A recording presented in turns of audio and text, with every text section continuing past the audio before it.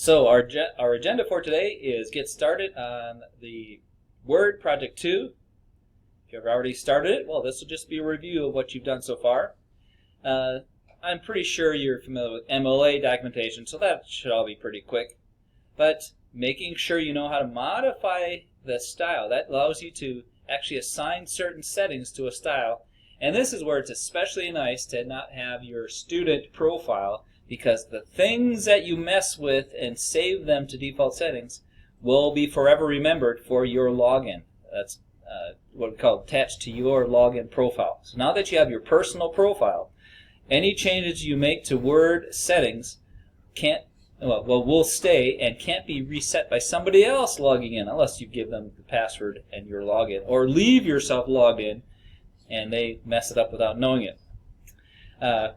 Various shortcuts that you probably already know, but we'll go over some of them, maybe get you refreshed on some other handy dandy keyboard shortcuts.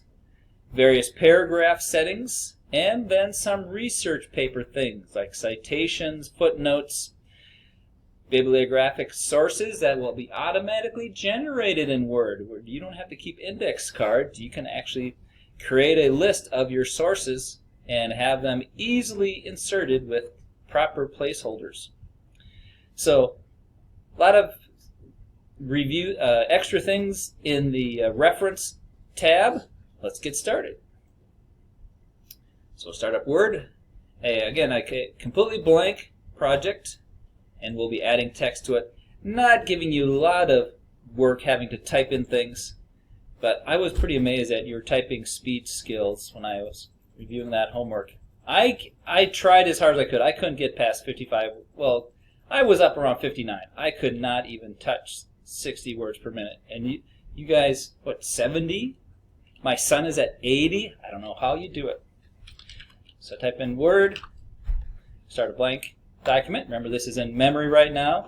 No, thank you for any updates. Thank you, Word. You should ask about updates when I'm done closing and say, hey, as I'm closing and you're leaving, how about I do update before you come back next time? So here we have a blank document. Let's go in and make sure we have our margins set up.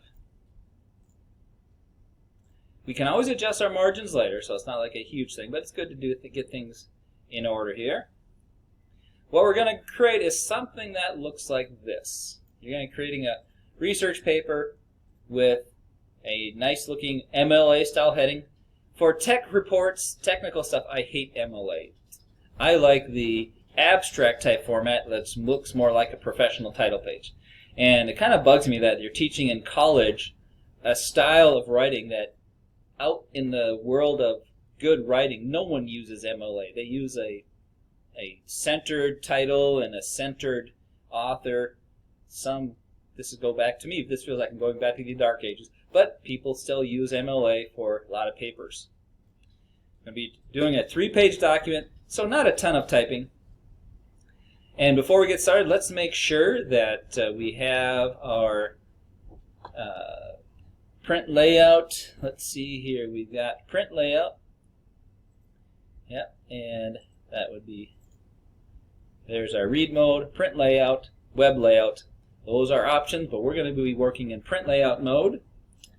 And we've got our, they do like to show the formatting marks. I'll turn those on until they get annoyingly noisy on the paper. And we're going to, before we even type, we're going to click normal, and we're going to modify normal style. These listings of styles are there for you built in when you first install Word.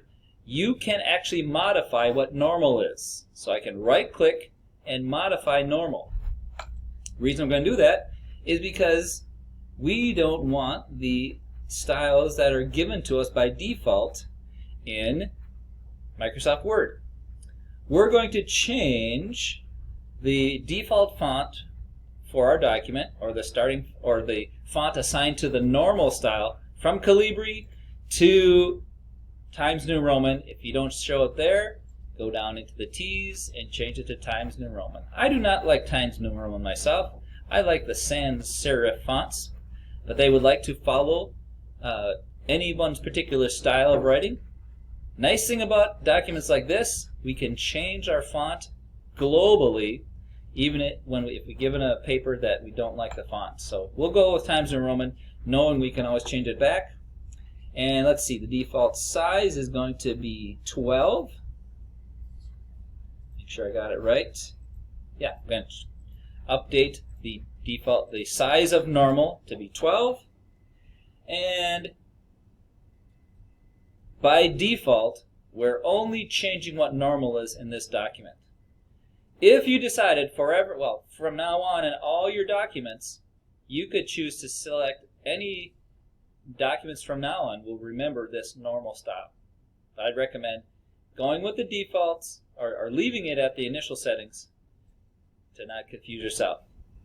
Now, whenever you come to a dialogue like this, it's good to be a little curious and check on the various other things that are around, such as other fonts available or color available.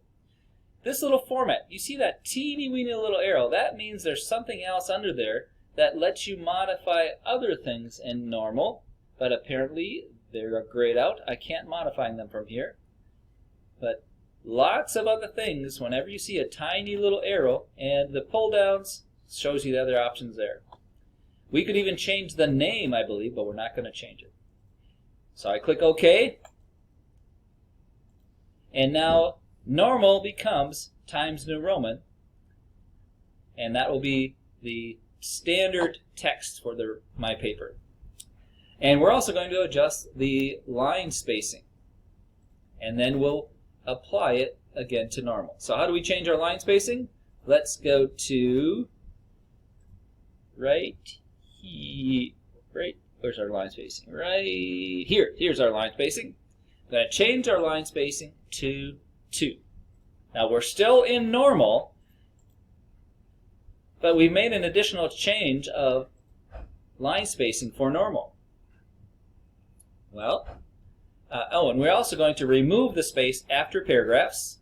And after we remove it, we'll see that it changes to add space after paragraph. So no extra spaces between paragraphs. We've changed it to double space. And now we could say, wait a minute, normal for this paragraph will have that, but if I ever start typing something else normal, it will remember what it was set to before. Well, I can update normal to match what I've just changed in a different way by right-clicking on normal and click Update Normal to match selection. That means the paragraph I'm in, now I'm applying what I've just put in this paragraph to be what normal is. Update normal to match selection.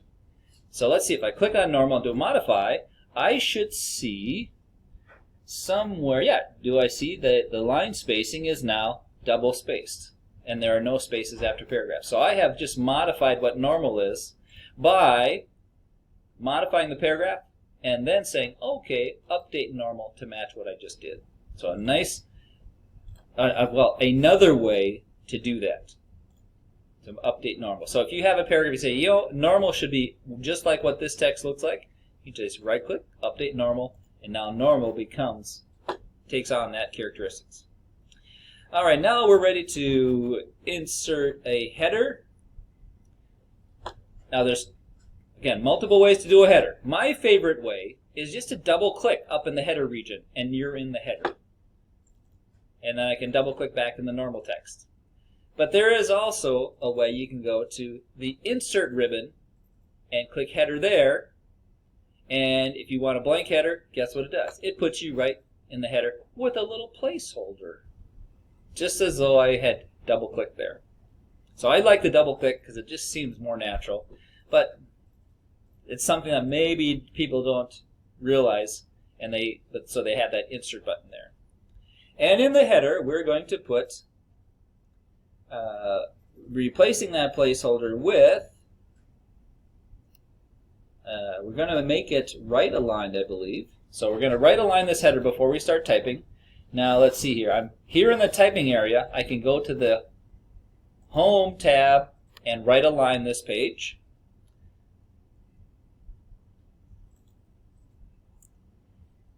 And then we can start typing our header. Our header is going to say Yazzie. This is the name of our author, Yazzie. See how right aligned on this particular page.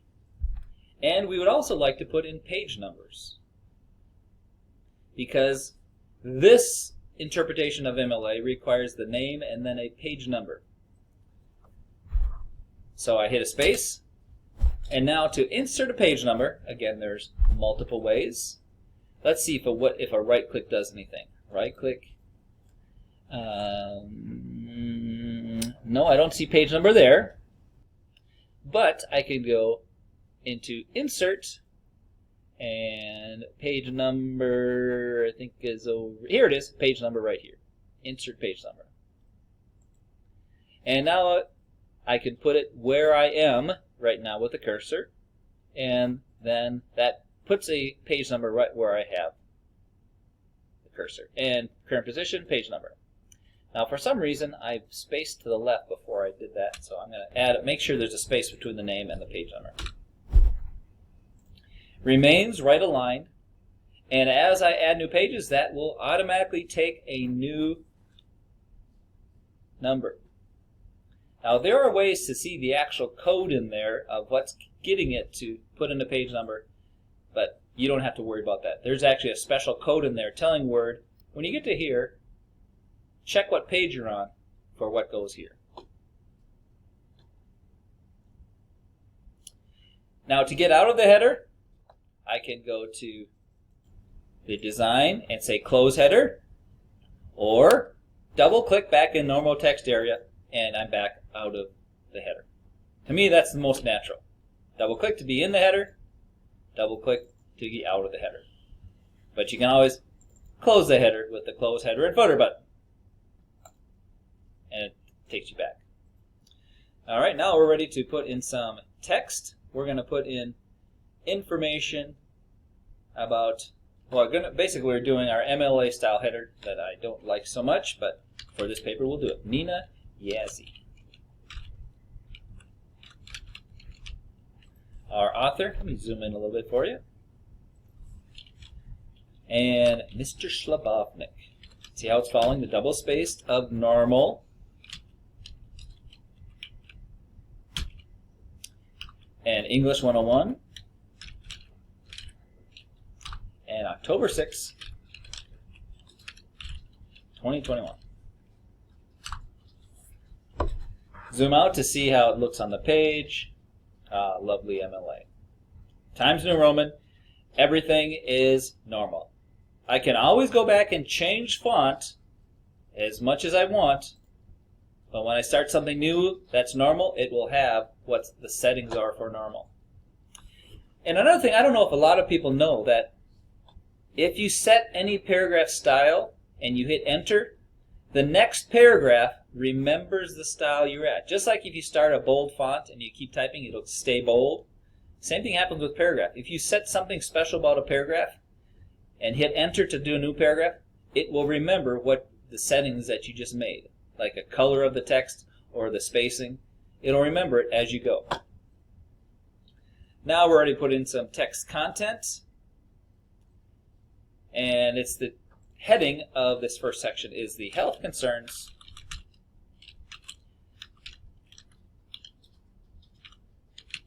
of using technology. How could technology be dangerous? That is our paper title. I would love that to be centered and a nice cover title page. So with our techie people in the documents they do, I ask them to actually insert a cover page in there using special pages over here. But you don't have to worry about that. But that is something, if you have a fancier page, we're going to learn about quick parts, and I can actually have nice cover pages for nice looking documents, unlike the MLA. They mention down here several shortcuts as we do the various formatting. There's a whole table of shortcuts. Let's just take a quick look at shortcuts. Actually, let's just practice a few of them. all caps, I can hit Control-Shift-A and change my font to all caps. I'm just going to practice some on that. Control-Shift-A makes it all caps. And remember, Control-Z is your friend. You can always undo what you just did. Control-B makes something bold. Control-Z, undo that.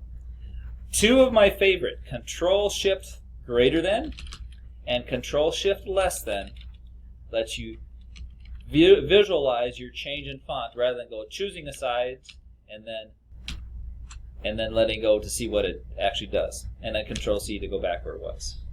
Control greater than, Control-Shift greater than, Control-Shift less than. There's a variety of other ones. If you do a lot of superscript and subscripts, there's a Control equal and a Control plus.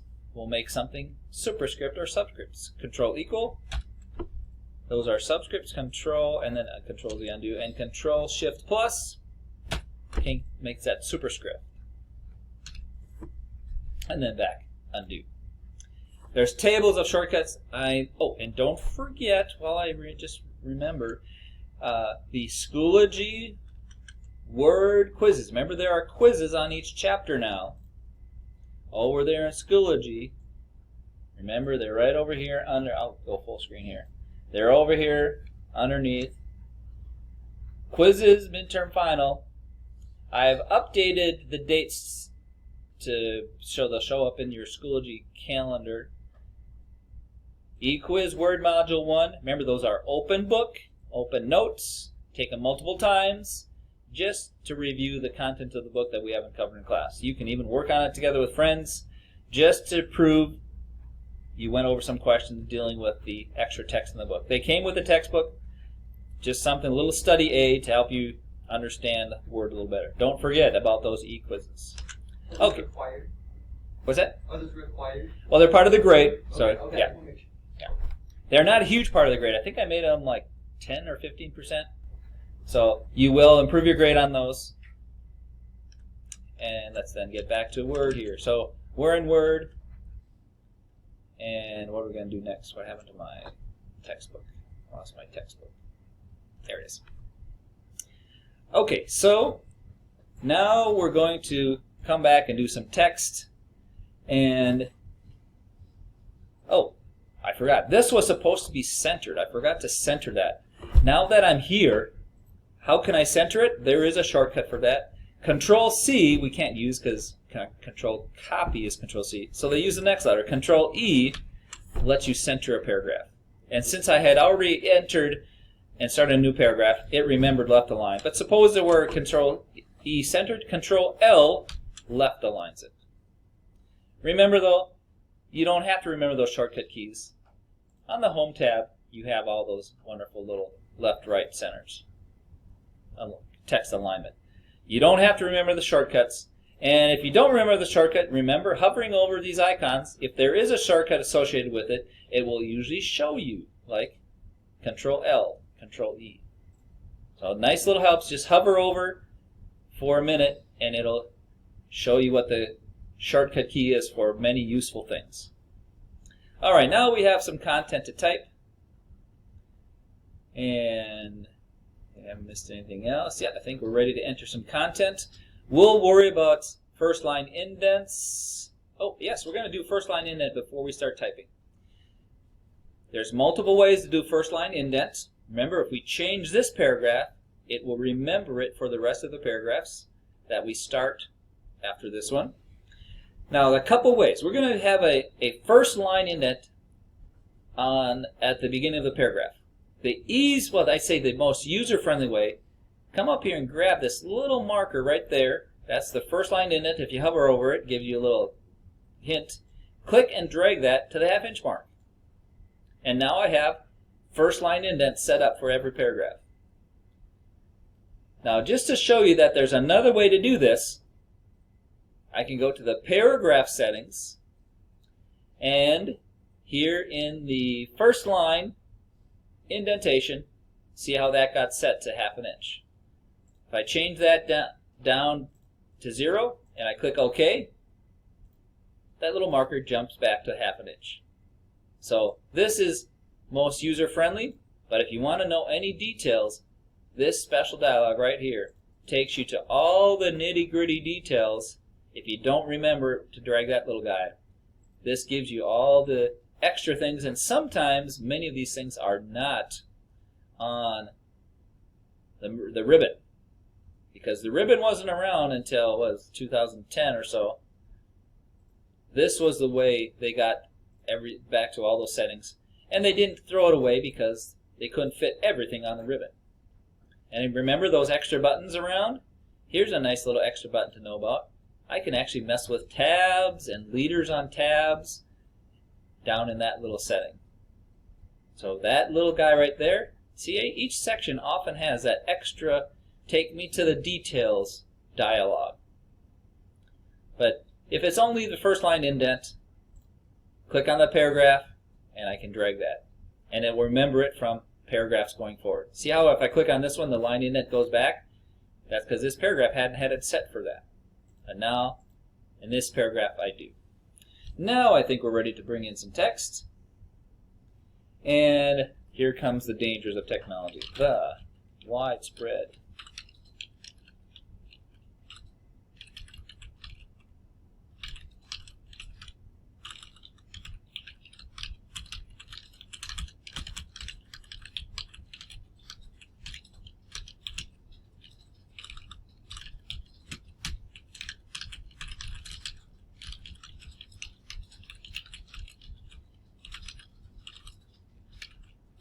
some things are being auto-corrected for me.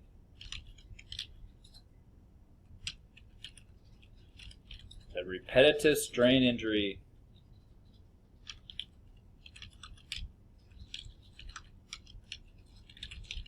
And hearing loss. You'd think technology wouldn't cause hearing loss. Those headphones. I'm going to turn off formatting marks just to make it a little easier to read. I'll zoom in a tiny bit. I won't zoom in past the margins. No red squigglies because I was correcting my typos along the way, but there were some that were automatically corrected for me, and that wonderful autocorrect. And we're going to purposely misspell the. These conditions are on, and then TEH, spacebar. Look at that. The gets auto-corrected. There is a whole set of auto-corrected words. And you can even add in your own. The cool thing is, if something gets auto-corrected, I can go back and undo it or add a corrected spelling that it thinks is wrong or that I want it to autocorrect. So, let's see, are we... Yeah, they show the autocorrect options. On the word the. If I come back to the word the, remember how it autocorrected it? There is a tiny little line that shows up under the because it got autocorrected. I can go down there and say, wait a minute, I meant to misspell it. And I can actually change it back to the original spelling. And I can say, wait a minute, I don't want you to keep autocorrecting that. And I can even go into the autocorrect dictionary and mess with the autocorrect options. And I don't think they have us do that yet in the textbook. Oh, yes, they do. They would like us to put in, let's see here, we're going to check on autocorrect. Let's find the autocorrect settings. One easy way is to misspell a word and come back to this little menu and go Control Autocorrect Options, and that'll take you to this dialog of autocorrect options. Another way to get there is go back to the File menu and go to Proofing Options and the Options button there, and there are, where's my proof? There's my Proofing Options. And take me to that dialog. A longer maze through the menus to get to this setting. Now the cool thing about this is I can go down and find, or actually you can do a search for computer or go down into the C's, see if we have a correction for computer. committee, commitments, companies, computer. Couple misspellings of computer. Computer. Get autocorrected to computer. Now we can remove a setting by clicking on it and say delete that autocorrect option, or we can add a setting.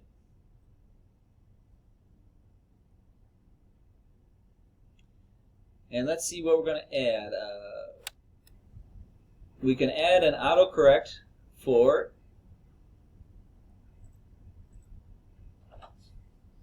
let's see, oh, if we've misspelled computer, let's just find another way we may have misspelled computer. So we have these two. Let's put another one. How about compute without the, how about that? We add an extra U in there or something.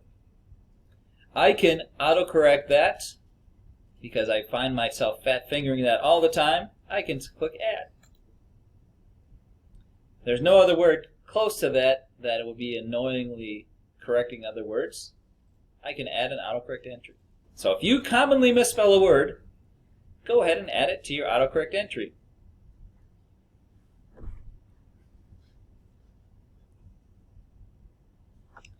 And I believe this is something that it remembers not just in your current document. I think when you make autocorrect settings, they are remembered by the current user logged in. I think that goes into your profile.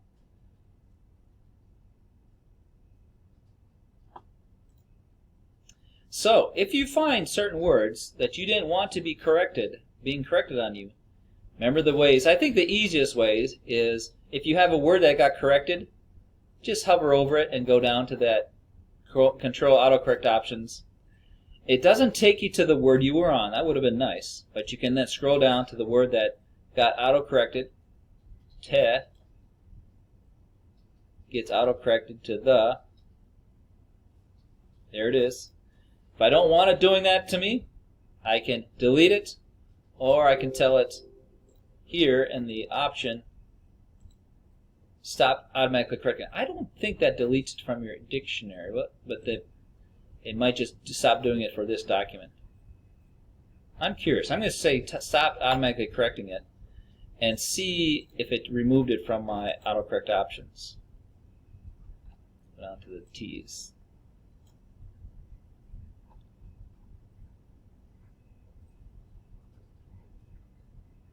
Yeah, it removed it. So stop correcting it actually removes it from your autocorrect dictionary. I hadn't noticed that before. So I do want it to autocorrect, so I have to re-add it. So danger, if you say stop autocorrecting, I think it stops doing that forever.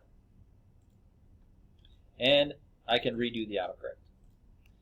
You only see that line on something that has been autocorrected. All right, let's continue then with our paragraph. We've got a lot more to type. It's not a hugely long paper, but let's see if we can get the next paragraph.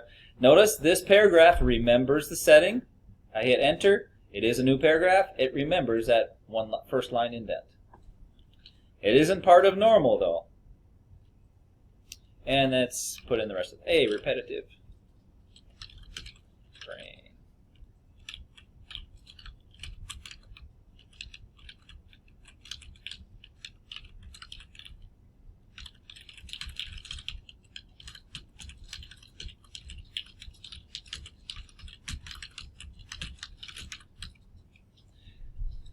We'll fix a few typos. Oh, I can right click on a typo and it usually gives me, if I'm close, it'll give me the autocorrect for me. It doesn't autocorrect, it does a suggested correction. And joints, plural joints.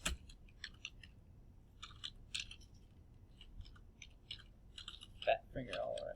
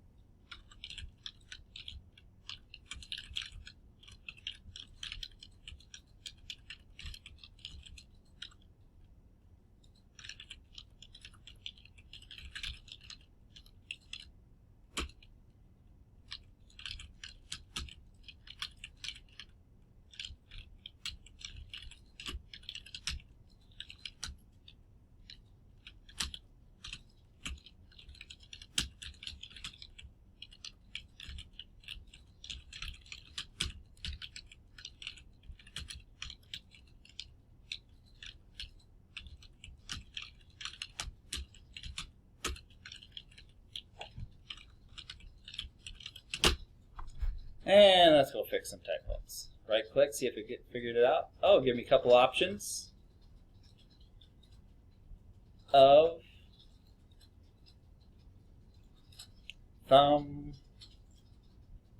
some good suggestions. And because it did not autocorrect, there is no underline, it just did the correction on request.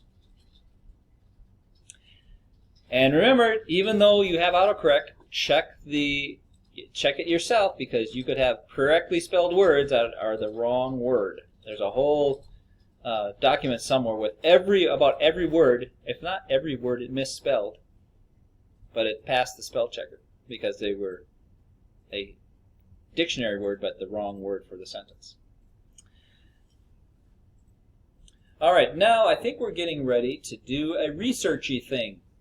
We don't hit the period yet. I'm gonna go back between the S and the period and hit a space bar, and it's time to insert a citation that Word will do for us and save us a lot of work, especially if you're doing a lot of citations.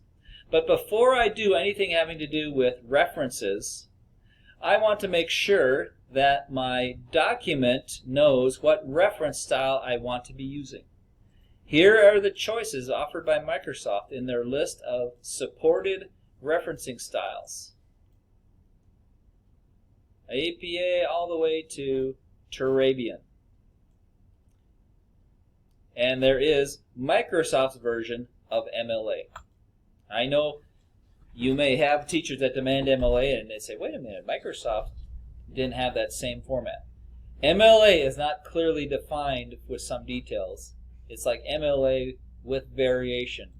I have heard from some people that some of the teachers that say MLA, Microsoft, it looks a lot more like Microsoft's Turabian. But that's something you find out as you get into those writing assignments where the teachers are very fussy. The cool thing about Microsoft Word is if you put everything in MLA style using the Microsoft Word, you can always switch to Turabian and it changes everything in your document to that style without you having to rewrite a thing. So we'll go MLA style, and that means Microsoft, as we do things, it will suggest what it thinks MLA should be. So we go to MLA style, and then we're going to insert a citation. So we told Word, hey, we want to do MLA style. Now where I am, I want to insert a citation. So References tab, MLA style, let's insert a citation.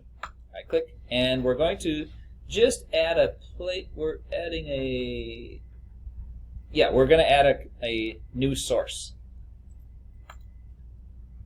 Because it's MLA, Microsoft displays what it thinks you need to enter regarding a source for MLA style. And let's fill that in.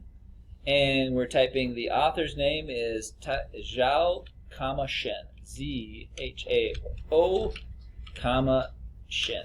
Li. There is this little edit thing that I can use when I have multiple authors, but all that means is I put semicolons in between last name, first name of authors. And we're putting the title of this MLA.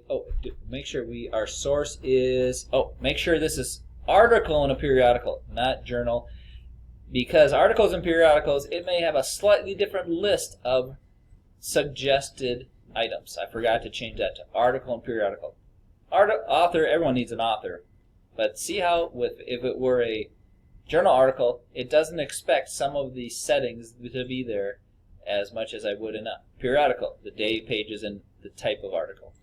So now we can put in the title, Technology Aches and Pains.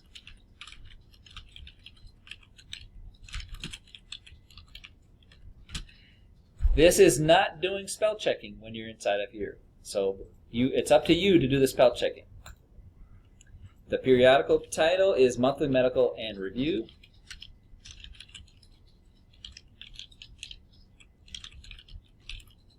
And I can hit tab to go down to the next setting. I don't have to arrow or arrow down. I don't have to use the mouse. And the year is 2021. Tab to go to July for the month. Day is, we skipped day. And for pages, we put N page, period. And for the medium, we type web. Now suppose you had more information than this that you thought would be pertinent to referencing your article. You can click Show All Bibliography Fields, and it puts red stars next to the things that Microsoft Word thinks you need to have for MLA style, but it gives you other entries possible to add into your reference. And I can uncheck Show All, but if there's ever a setting that you say, wait a minute, I need you to show me who the editor is, you could turn that on, and when you generate your bibliography, Microsoft would take its best guess of where to put the editor in your bibliography. Now I click OK, and it puts in a parenthetical citation, parentheses around the author's name.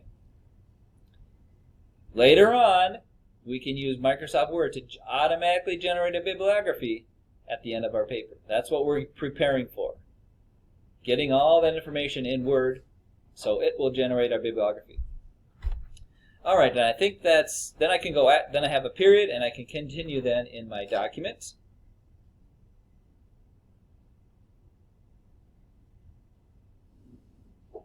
Oh, wait a minute, did I miss something?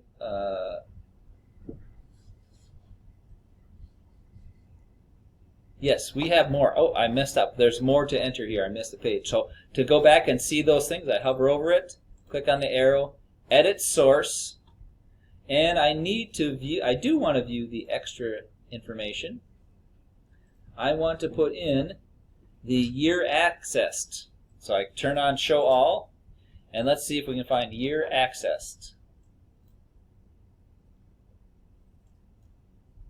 There it is, year accessed 2021. And October as the month, abbreviated, and 1 as the date. If I ever reference websites, to me the URL is very important. It lets someone actually confirm and use that website.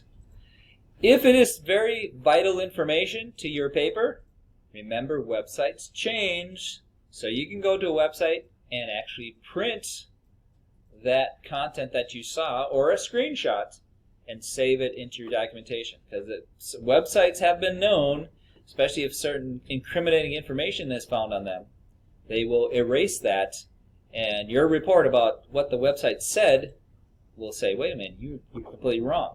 But if you had a copy of what you saw on that date, that could be very important. So if it is important information, keep in mind, yeah, they might change this website, but I need this information to support my argument or my paper. Make a screenshot, or you can print the web page, or Control S. You can even Control S save the web page to a file. And if you can even actually put it in your document, but we're not going to worry about that for this paper. So now that I have those extra fields filled in, let's see if they want us to fill in any more. Yeah, I think that's it. And now I click OK, and my source is saved, and yes, I'm going to update it in my master list, because as you add sources, Microsoft is actually adding it to its master list of sources, which is pretty nice. If you write more papers using that same login, it will remember previous references, and you don't have to retype them. By going over to Manage Sources, it shows you what it has in its master list based on previous documents you've written. So as you write papers, you can keep an ongoing library of all your references. Actually, it's doing it for you. And you can even buy references from journals to save you that time of putting all those references in. All right, so we go after the period now. We have more sentences that are part of the same paragraph. Factors that can cause these disorders include prolonged typing, or mouse usage, and continual shifting between a mouse and a keyboard. Actually, I dispute the shifting between the mouse and the keyboard, because movement is better for you than a prolonged one position. So I think the shifting actually helps you. I think those video game devices, controllers, can lock you into just one repetitive movement. Mouse and keyboard, taking, continue, breaks, and exercising. Hands and arms and help reduce chances of developing.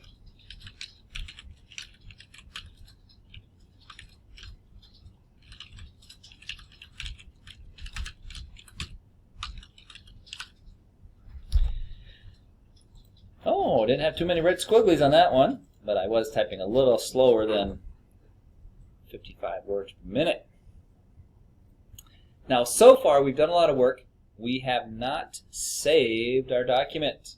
Control S is a good thing. Look at all we've typed, and it's if we had turned off our computer right now, I think it would be recoverable. But let's just make sure we have it saved. So we're going to save that. I'm going to go put it in my homework folder with the name I'm going to put in my fake student Smart. Last name, so put in your last name, wd2. What follows that, you could put technology, or you could put the Nina Yazzie. You could put cs101 in there, as long as it starts with Smart wd2. Actually, forget it. Yeah, Smart wd2. Put your last name wd2. And pay attention to where you're saving it to. Actually, it looks like the last one we did do wd01 first. I want to be consistent, I guess. What did I say on Schoology? I don't know if sometimes I gave you the instructions on Schoology. Let's see if I gave specific instructions on Schoology. I don't think I did. I just said Word Project 1. Let's check. Word Project, yep. It just says completed Word Project 1. Just to be consistent, since last time I did WD01, I'm going to call it WD02, and then last name, and then technology panes. Technology and health. Technology and health.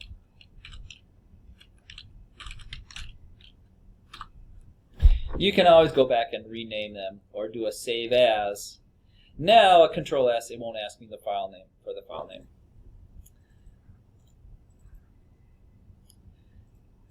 Now we came to the end of that sentence.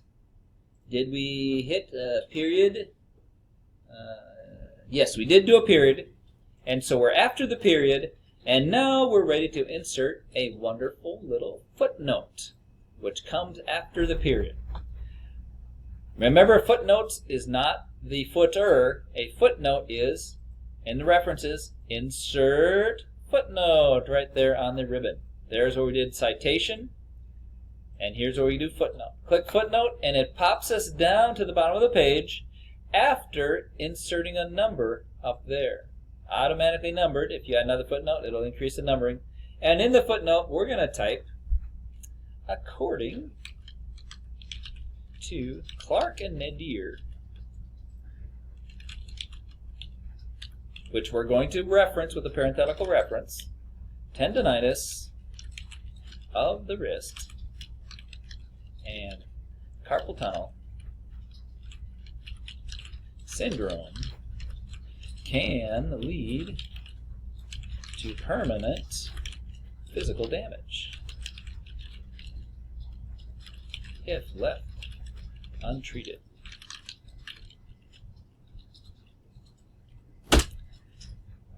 And this time, we're not going to do the whole source. We're just going to put the placeholder and come back and edit the source.